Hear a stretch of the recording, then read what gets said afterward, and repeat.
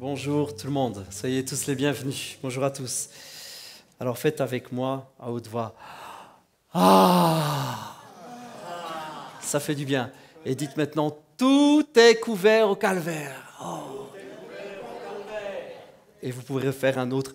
Ah, ça fait du bien. Hein, que ça fait du bien.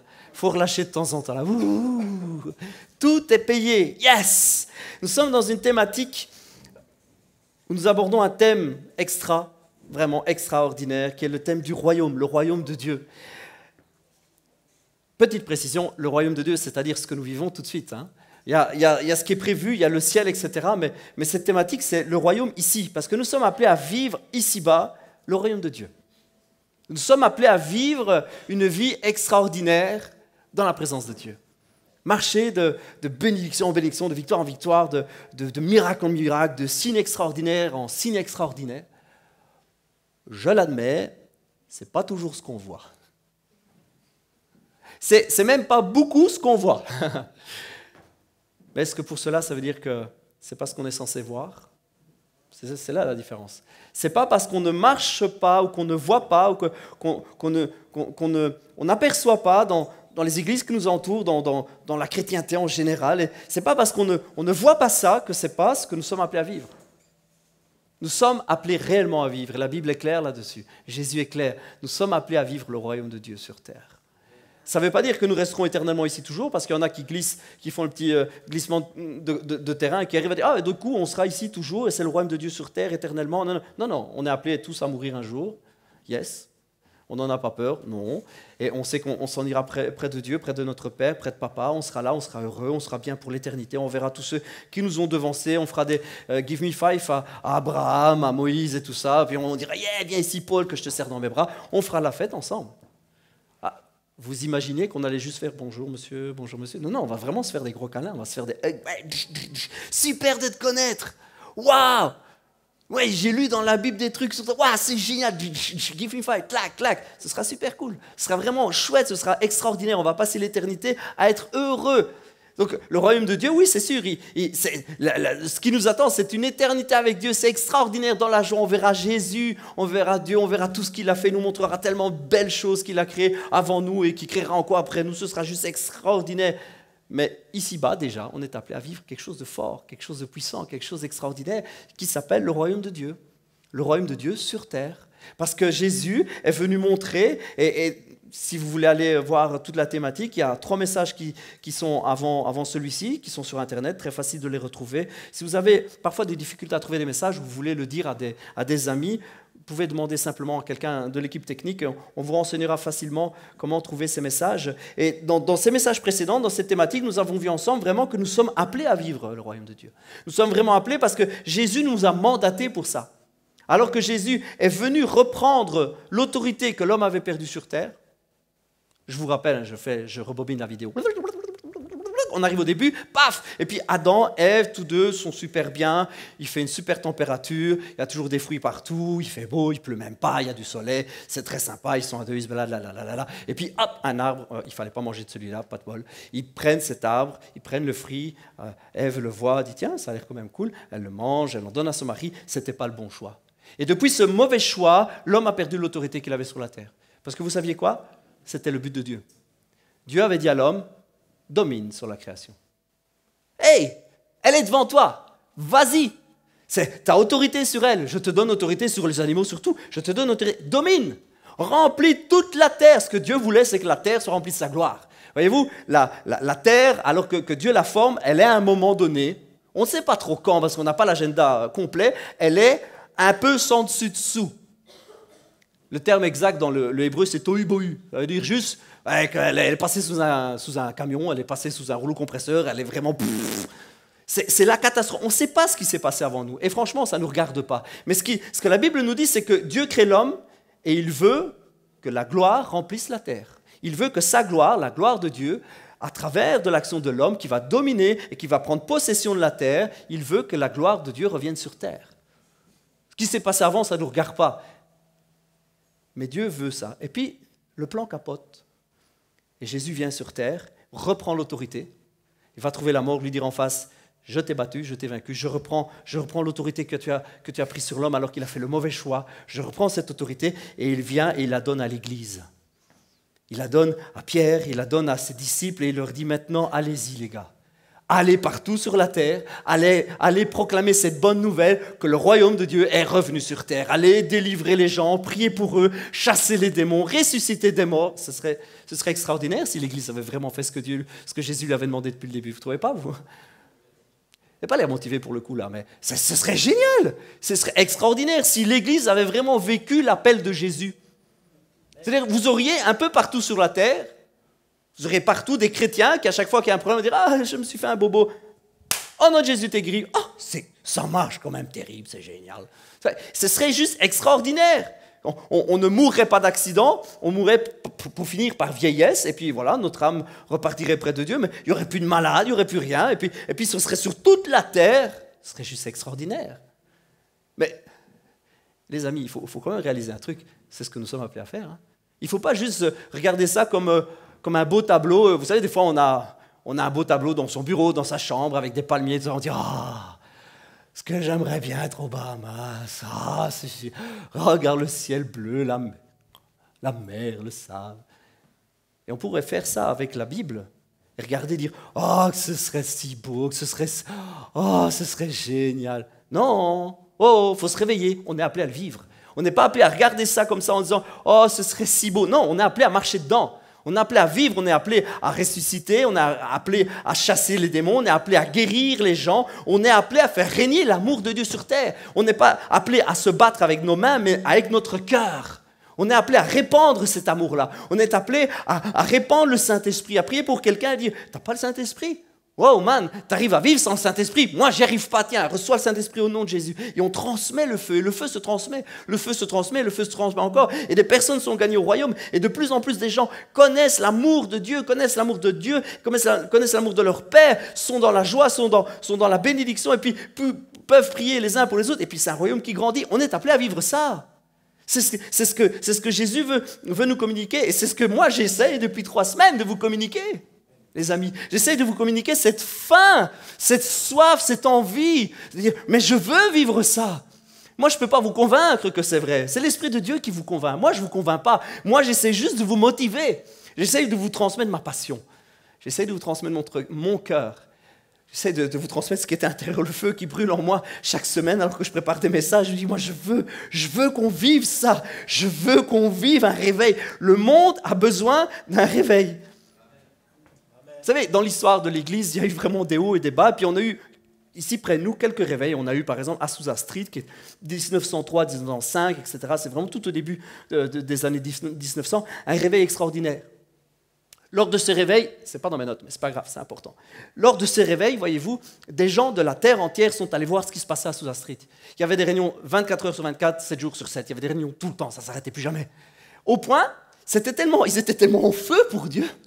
J'ai lu ça, je trouvais ça génial. Excusez ma passion et mon emballement, mais les voisins appelaient les pompiers. Sérieux. Ils ont eu plusieurs fois des coups de fil, les pompiers, parce que les gens ils disaient « L'église est en feu, on voit des flammes sur le bâtiment, venez vite éteindre ça !» Puis les pompiers disaient « Ils arrivaient, puis on éteint quoi? C'est pas des vraies flammes !» Ils étaient réellement en feu pour Dieu. Ils étaient en feu pour Dieu. Moi, j'ai lu des témoignages de fous, des témoignages extraordinaires de gens qui étaient guéris instantanément alors qu'ils ne croyaient même pas. Ils rentraient comme curieux, ils arrivaient, boum, ils étaient guéris. Des gens qui n'étaient même pas chrétiens, qui rentraient là, curieux de dire, mais j'ai entendu tellement de choses, ils arrivaient, bam, ils recevaient le parler en langue, bam, en rentrant dans la pièce. Un réveil extraordinaire. On est appelé à vivre ça, les amis. Moi, c'est ce que j'essaye de vous donner envie. On est appelé à vivre un réveil extraordinaire. Le monde a besoin, la Belgique a besoin, l'Europe a besoin d'un réveil extraordinaire. Ça vous casse pas le ventre, vous, d'apprendre qu'il y a autant d'enfants qui meurent de maladies dans les hôpitaux? Il y a une ASBL, je salue Julien s'il nous voit, il y a une très très belle ASBL qui fait le tour des hôpitaux, ils appellent ça la mission bonheur, c'est l'ASBL Un temps pour aimer, on leur fait coucou. Et, je suis allé avec lui voir un enfant qui a la leucémie. Vous savez, il y a un moment, vous ne pouvez plus supporter ça.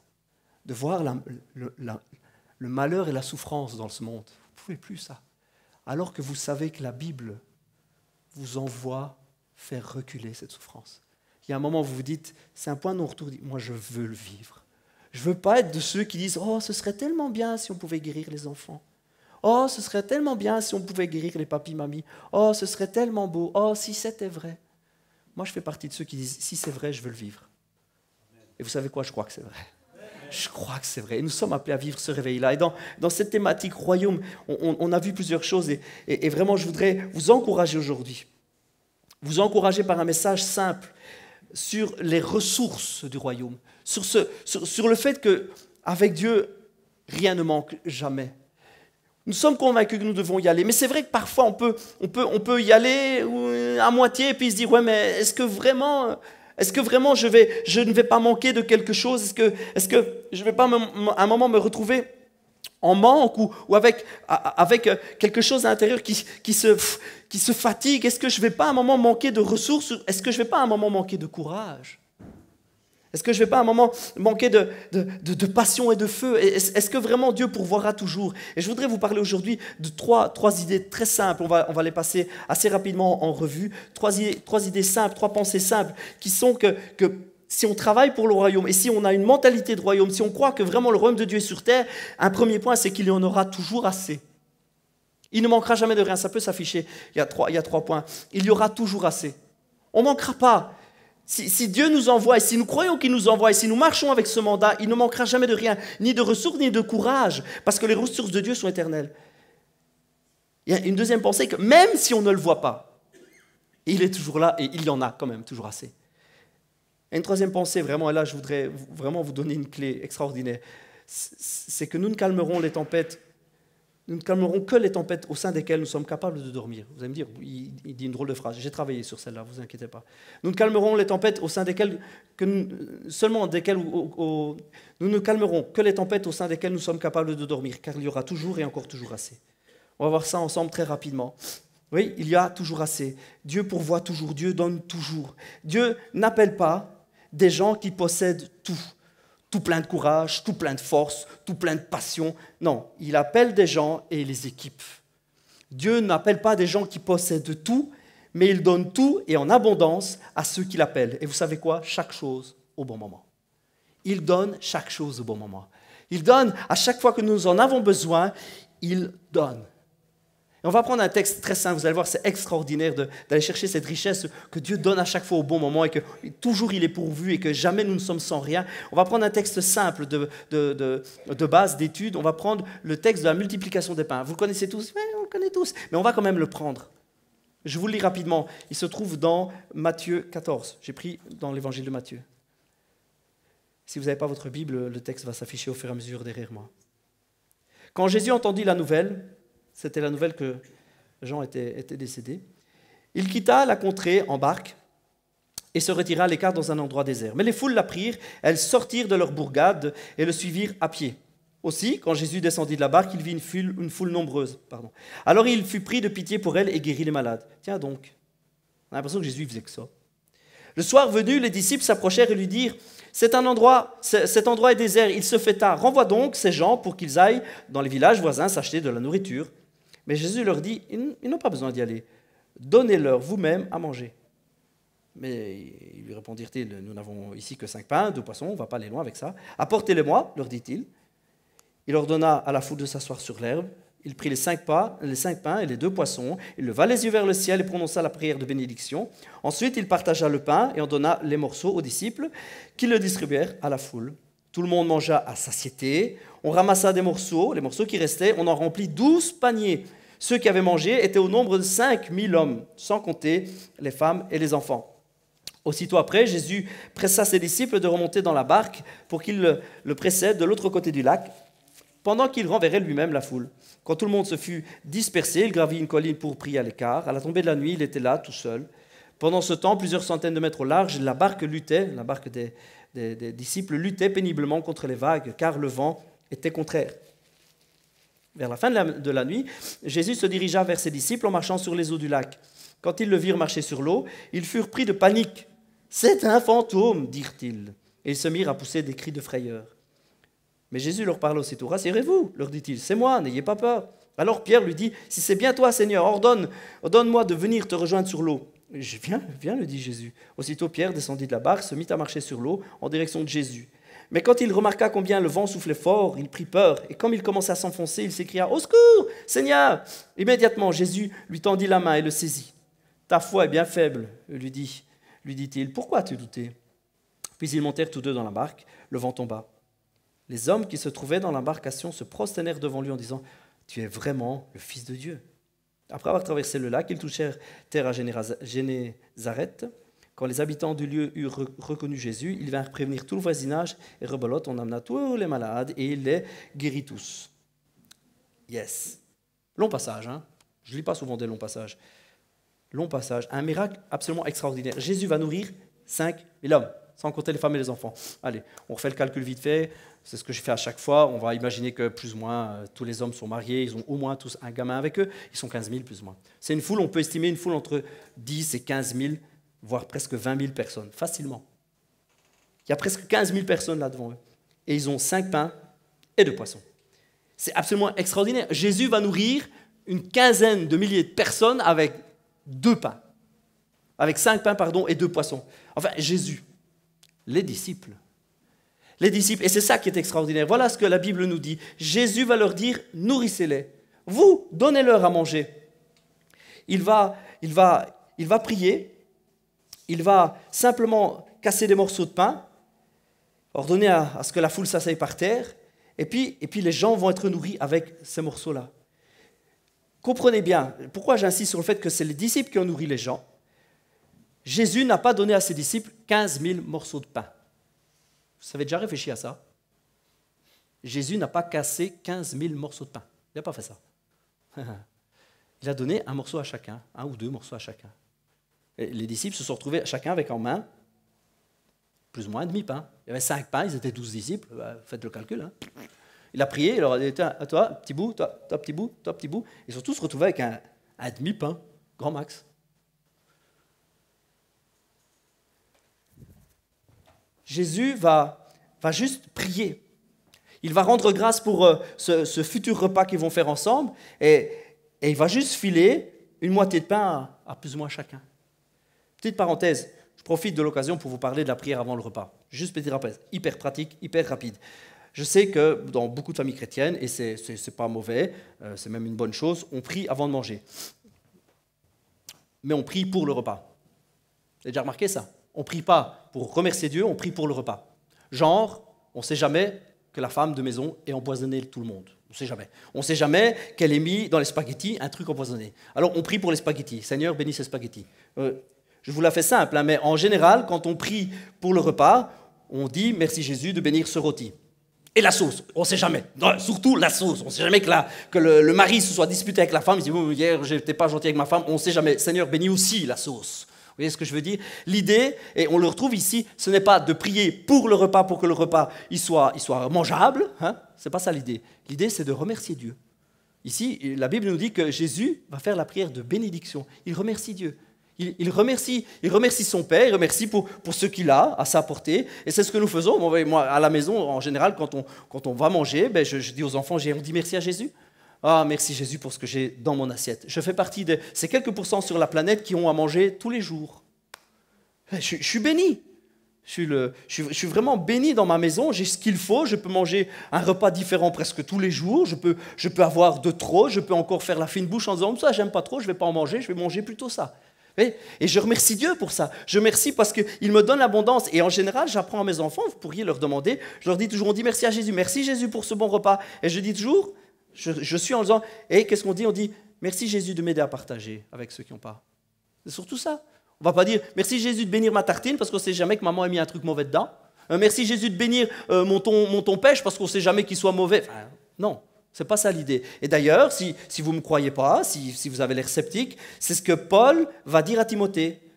Cependant, l'Esprit déclare clairement que dans les derniers temps, lettre de Timothée 1, donc première lettre de Timothée au chapitre 4, cependant, l'Esprit déclare clairement que dans les derniers temps, plusieurs se détourneront de la foi parce qu'ils s'attacheront à des esprits trompeurs et à des enseignements inspirés par des démons. Ouh là là. Ils seront séduits par l'hypocrisie de prédicateurs de mensonges dont la conscience est comme marquée au fer rouge. Ces gens-là interdiront le mariage, exigeront que l'on s'abstienne de certains aliments, alors que Dieu a tout créé et a créé toutes choses pour que les croyants, ceux qui croient comme nous, qui connaissent la vérité, en jouissent, puissent manger de tout. En effet, tout ce que Dieu a créé est bon, rien n'est à rejeter, pourvu que l'on remercie Dieu en le prenant. Qu'on remercie Dieu. On ne prie pas pour dire « bénis mon boudin blanc », on dit « merci pour mon boudin blanc ». Comprenez la différence? Et c'est important. Hein? On ne dit pas au Seigneur « bénis ma soupe ». Vous pouvez, hein, si vous voulez, ça ne me gêne pas. Mais ce n'est pas ça le principe. Paul est en train de dire à Timothée « tu peux tout manger ». Il y en a qui disent on ne peut pas manger ci, il y en a qui disent on ne peut pas manger là. Tu dis, moi j'ai été à une boucherie halal, la viande elle est vraiment bonne. Va à la boucherie halal si ça te gêne, si ça te chante. En général, ils ont de la bonne viande en plus. Ouais, mais ils ont quand même fait un bazar sur le mouton avant. Tu manges. Si tu veux, tu manges. Mais ce que tu fais en mangeant, tu remercies Dieu. Merci Dieu parce que j'ai pu m'acheter de la viande. Je fais partie des gens qui ont ce privilège-là. Merci Seigneur parce que peut-être pour ce bon pain, simplement. Merci pour ma banane ou pour mon yaourt. Merci. Je te remercie pour ce que j'ai. Et Paul dit, car tout ce qui a été créé est saint lorsqu'on l'utilise conformément à la parole et avec prière. Paul est en train de dire, si tu remercies Dieu, t'inquiète de ce qu'il y a dans ton assiette. T'inquiète pas. Si tu remercies Dieu, c'est ton cœur. C'est ton cœur. Et t'inquiète pas, ta femme ne t'empoisonnera pas. Ok, on est d'accord avec ça. Jésus va prier pour ce repas, va prier pour ces gens. Je trouvais que c'était intéressant de vous le dire quand même. Jésus va prier pour ces pains, va prier pour ce repas en remerciant, il va bénir Dieu, et il va distribuer à chacun la moitié plus ou moins d'un pain. Et j'aime à imaginer la tête des disciples. Ils ont 15 000 personnes. Allez-y, distribuez les copains. Et j'imagine, il m'a mis Pierre, Jacques, Jean. T'es sûr de ton calcul, Jésus? J'ai pas fait sciences maths, hein, mais là-dedans, moi déjà, avec un gros appétit, j'ai passé. Alors imagine que moi je donne qu'aux gamins ou qu'à ceux qui ont des petits appétits, j'en nourris 2, 3, grand max. T'es sûr de ton calcul? Je me retrouve avec la moitié d'un pain, il y a un stade de foot rempli devant moi, je fais quoi? C'est extraordinaire. Il y a là une puissance, une vérité qui nous parle à nous. Quand Jésus nous envoie, c'est extraordinaire. Le pain se multiplie au moment où on le donne. Avez-vous réfléchi à ça? Le pain s'est multiplié. Le pain s'est multiplié à chaque fois qu'un disciple a tendu la main. Il a arraché un morceau de pain pour le donner à quelqu'un, le morceau de pain il était là. Comprenez l'image que ça nous donne.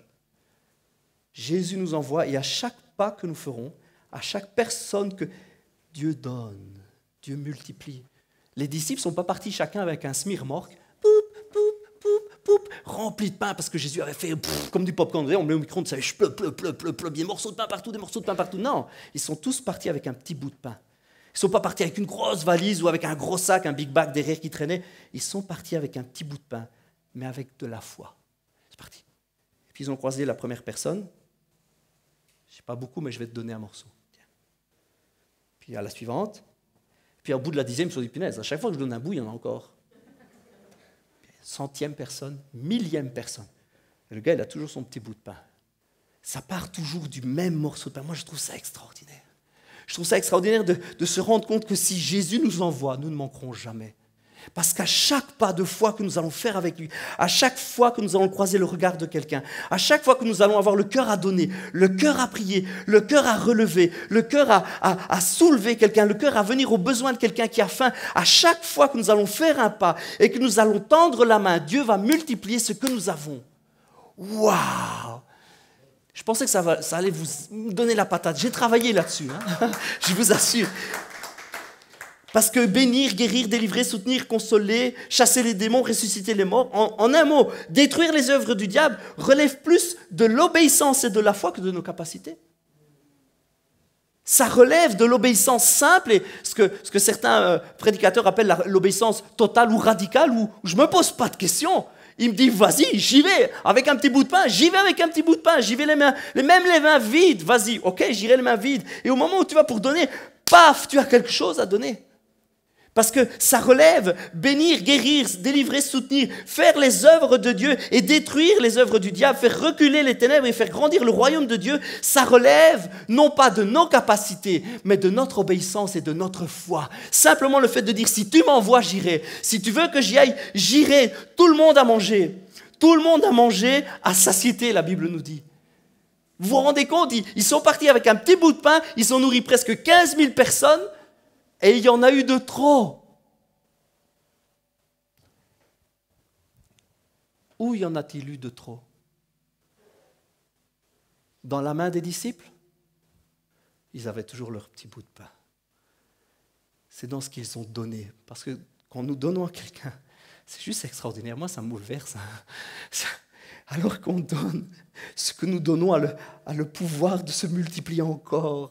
La bénédiction que nous donnons à quelqu'un, quand nous donnons le feu à quelqu'un, quand nous partageons avec quelqu'un le royaume a une vie en lui.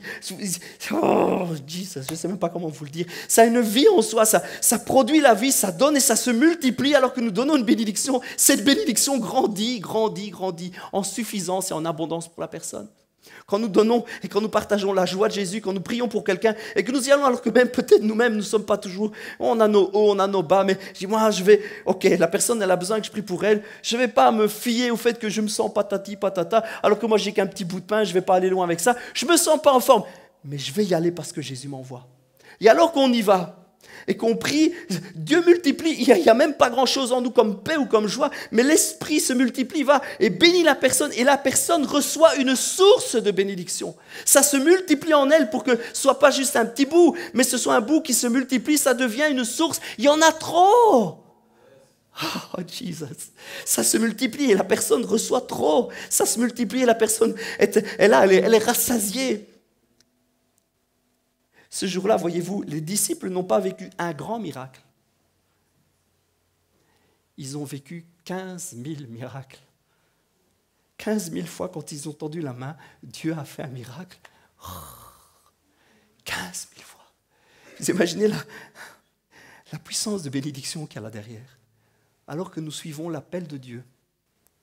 Alors que le royaume nous envoie, alors que Dieu nous envoie former et bénir les gens, alors que nous disons, mais moi j'ai rien papa, je vais aller avec quoi? J'ai rien en poche. Un mouchoir dans lequel je me suis déjà mouché, un capot, 2-3 trucs pour jouer de la guitare, je vais aller où avec ça? Vas-y.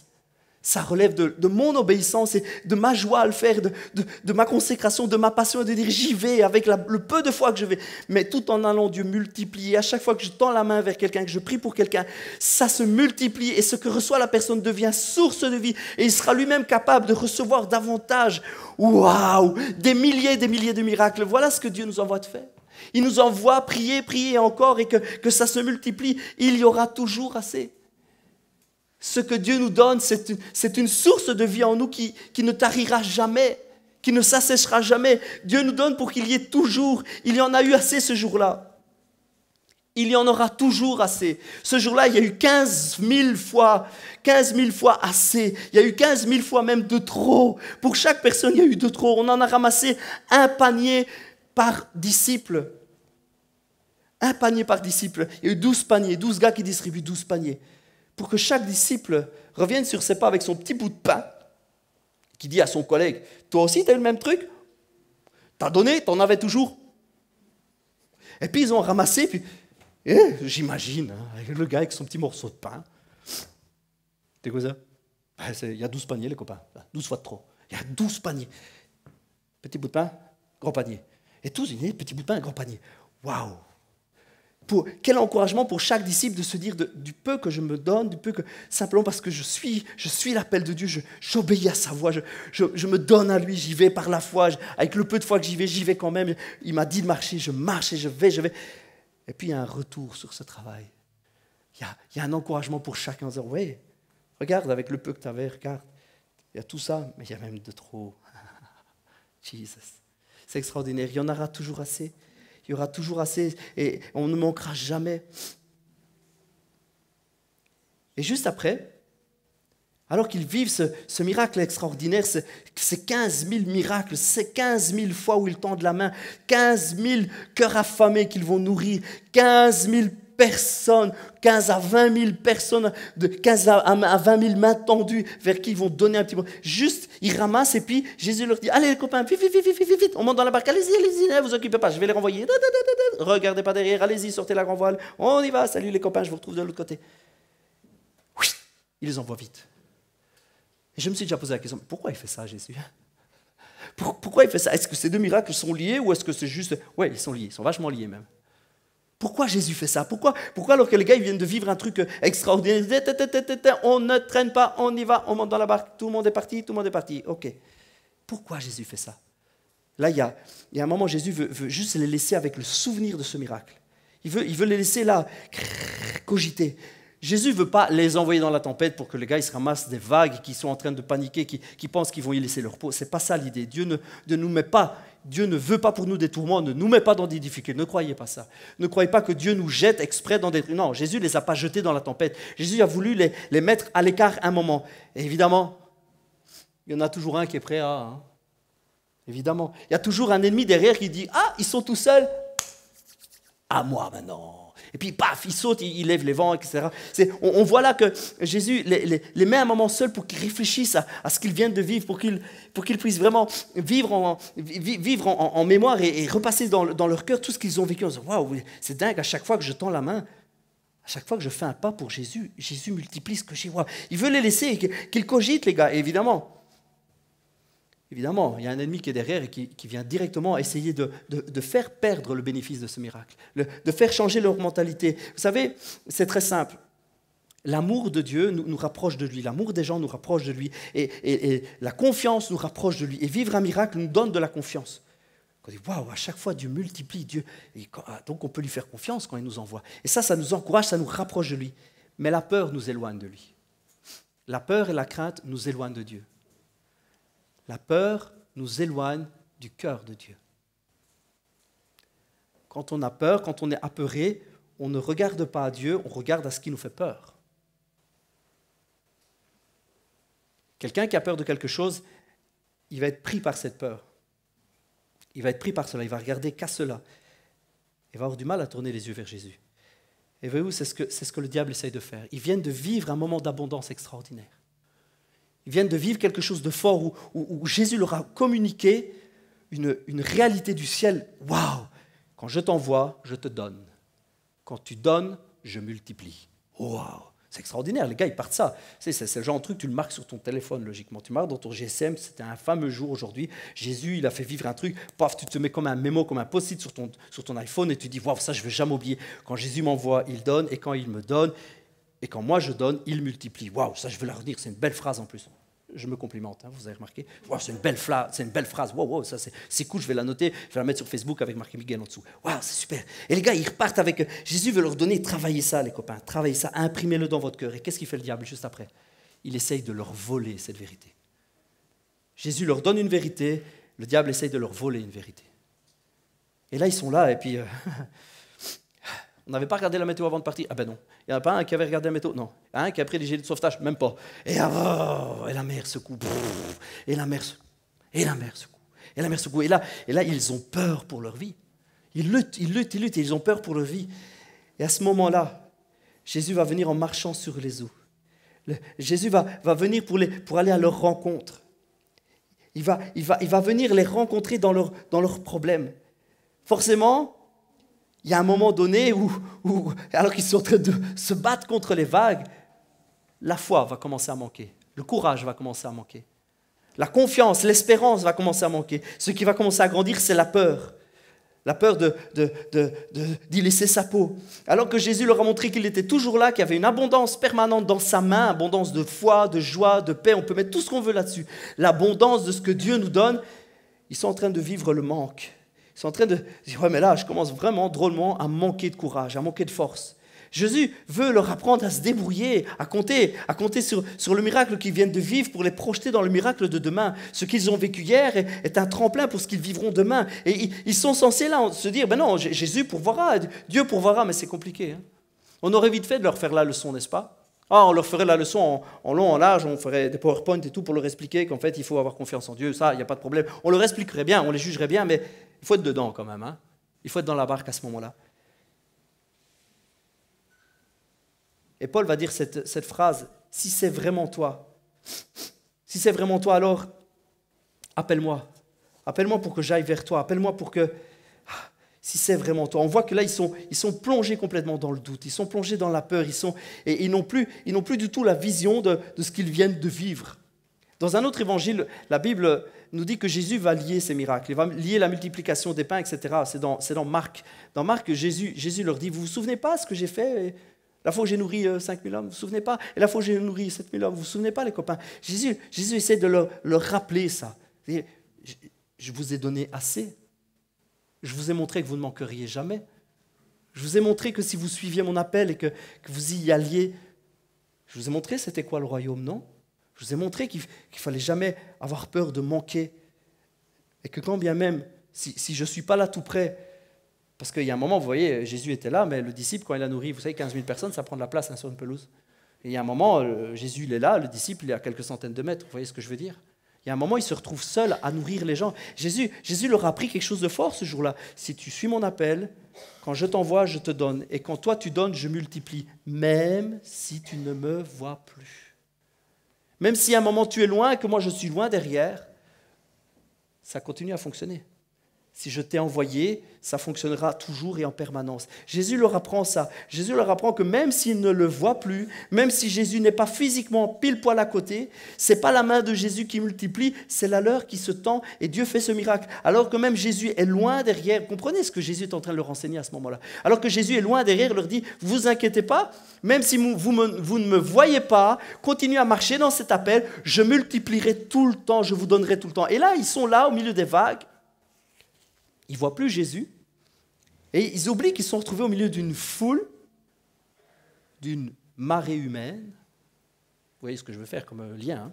Ils sont au milieu d'une marée humaine et ils n'ont pas manqué de foi, ils n'ont pas manqué de courage, ils ont été, alors qu'il y avait des gens qui avaient faim, alors qu'il y a peut-être des gars qui regardaient, disaient, mais tu vas où toi, gamin, avec ton petit morceau de pain? Et moi j'ai faim, j'attends, ça fait 1 heure que j'attends. Il y a peut-être des gens qui étaient pas contents, etc. Ils sont allés au-devant de leur crainte, il y avait une marée humaine devant eux, plein de gens à nourrir, et ils y sont allés. Et là, ils sont au milieu d'une marée, d'une mer. Jésus est loin. Et puis là, grosse panique. Grosse panique. Mais Jésus va les retrouver jusque dans cette peur-là. Il va aller les chercher. Et puis, il va calmer la tempête. Il va monter dans la barque. Et puis, la tempête, mer d'huile. Paf! Plus rien. Et ce n'est pas la seule tempête que Jésus a calmée. Oui, il y aura toujours assez. Quand il n'est pas là, ou quand on ne le voit pas, il y aura quand même assez. Mais on ne peut calmer que les tempêtes dans lesquelles on est capable de dormir. Et je ne voudrais vraiment pas que vous ratiez cette partie.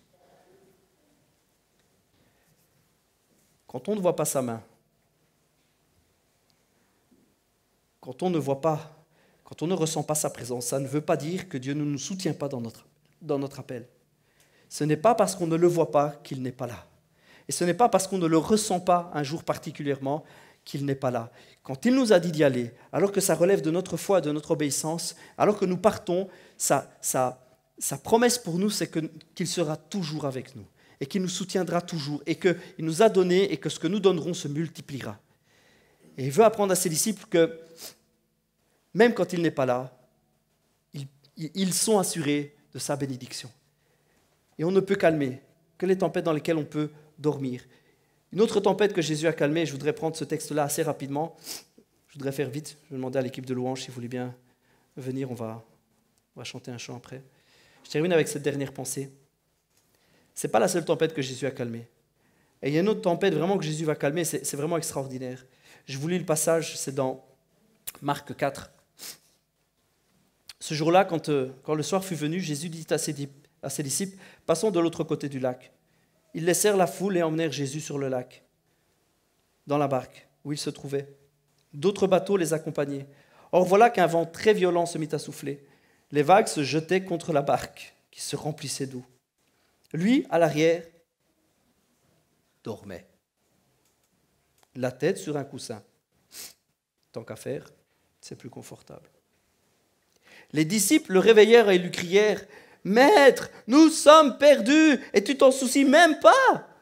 Il se réveilla, parla sévèrement au vent et ordonna au lac, « Silence, tais-toi !» Le vent tomba et il se fit un grand calme.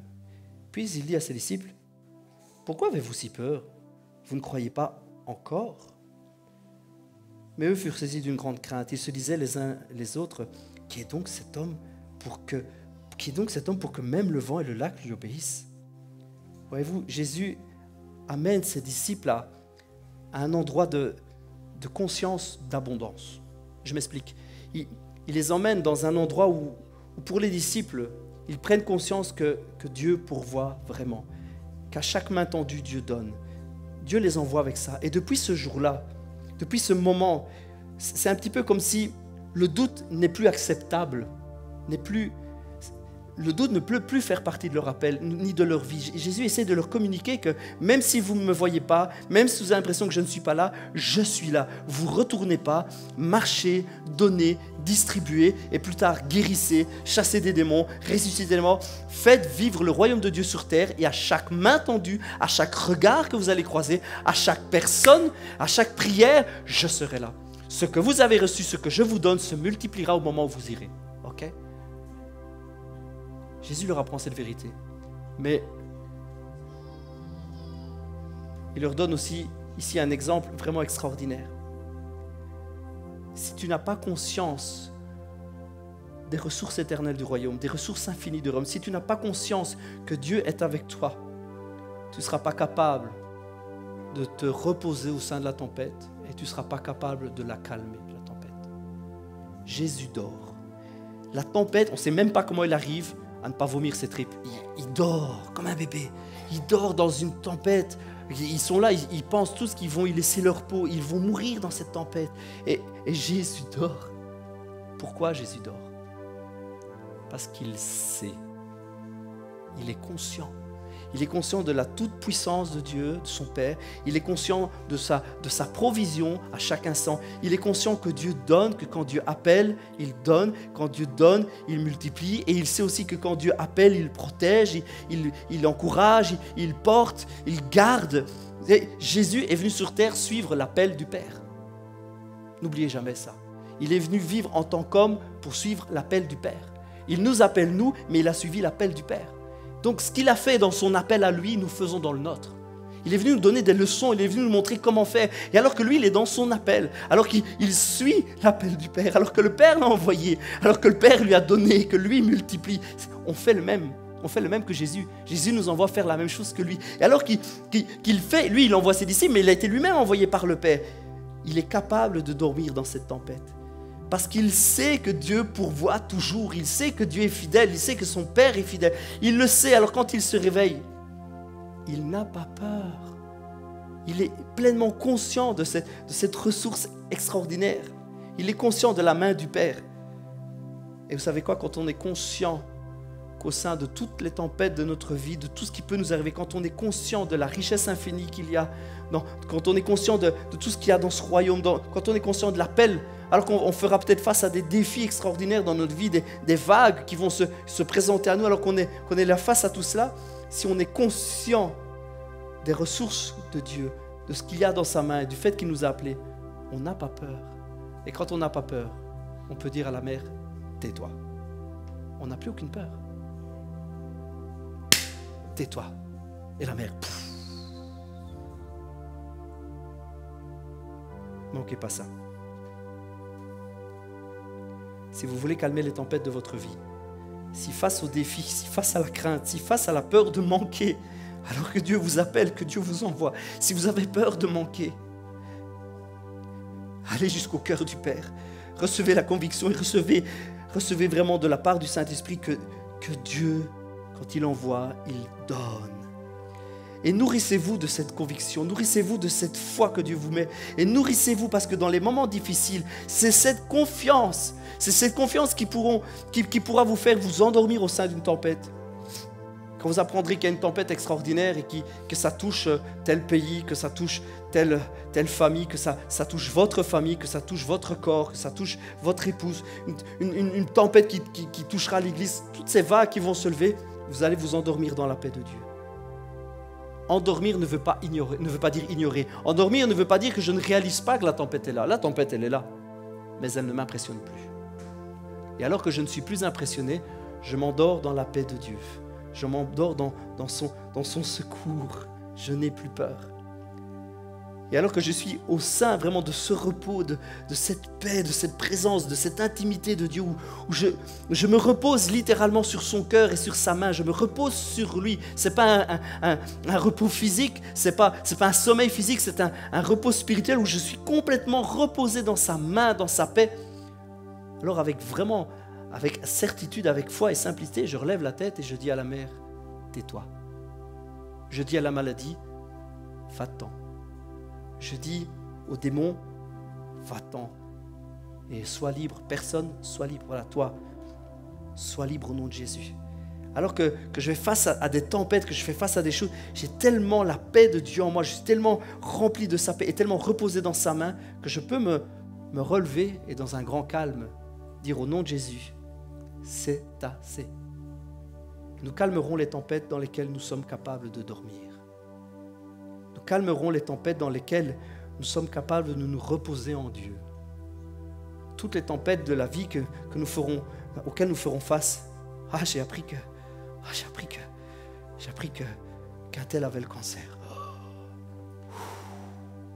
J'ai appris qu'il y avait un divorce dans tel couple que j'aime. J'ai appris que le gamin du voisin, ou le gamin de ma belle-sœur, ou n'importe, j'ai appris qu'il y avait ça,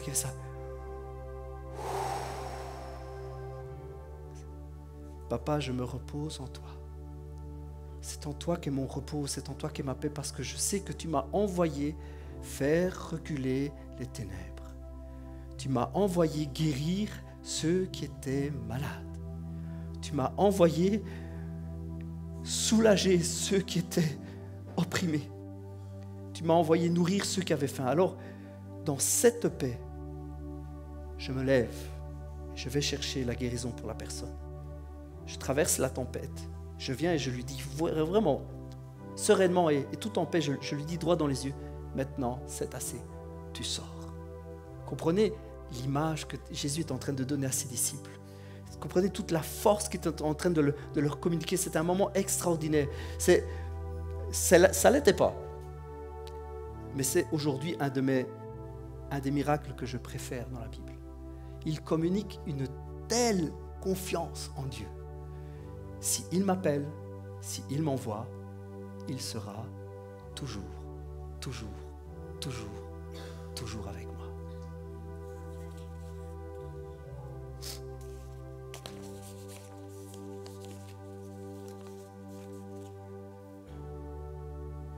La pleine conscience des ressources du royaume, de l'amour et de la bonté de Dieu, la conscience de la présence du Saint-Esprit en nous, cette conscience vraiment nous permet de trouver le repos au milieu des tempêtes les plus fortes et les plus impressionnantes de notre vie.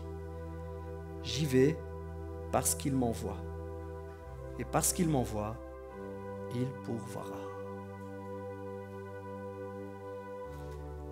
On va prier ensemble un moment. Merci Jésus. Merci parce que tu nous appelles à vivre le royaume de Papa. Tu nous appelles à le vivre sur terre, à le répandre, à le partager. Merci Papa parce que tu nous appelles à libérer les captifs. Tu nous appelles à guérir ceux qui sont malades. Tu nous appelles à faire reculer le mal et les ténèbres sur terre. Tu nous appelles à restaurer des foyers, à restaurer des cœurs. Tu nous appelles à calmer des tempêtes. Tu nous appelles à rendre libres, Papa.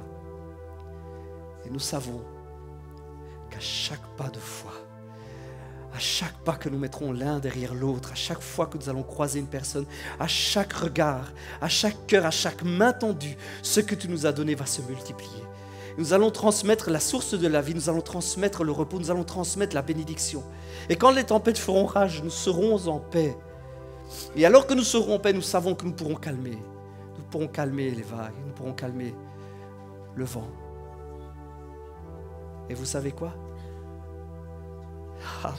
C'est une bonne nouvelle.